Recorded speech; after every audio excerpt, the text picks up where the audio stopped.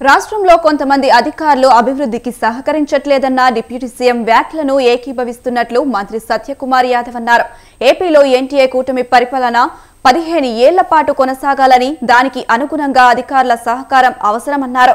గత ప్రభుత్వంలో 5 ఏళ్ల పాటు విధ్వంసకర పాలన జరిగిందని విమర్శించారు. వైసీపీ ప్రభుత్వంలో సీఎం ఏనాడు అభివృద్ధిపై సమీక్షలు చేయలేదని, కనీసం సచివాలయానికి రాలేదని మండిపడ్డారు.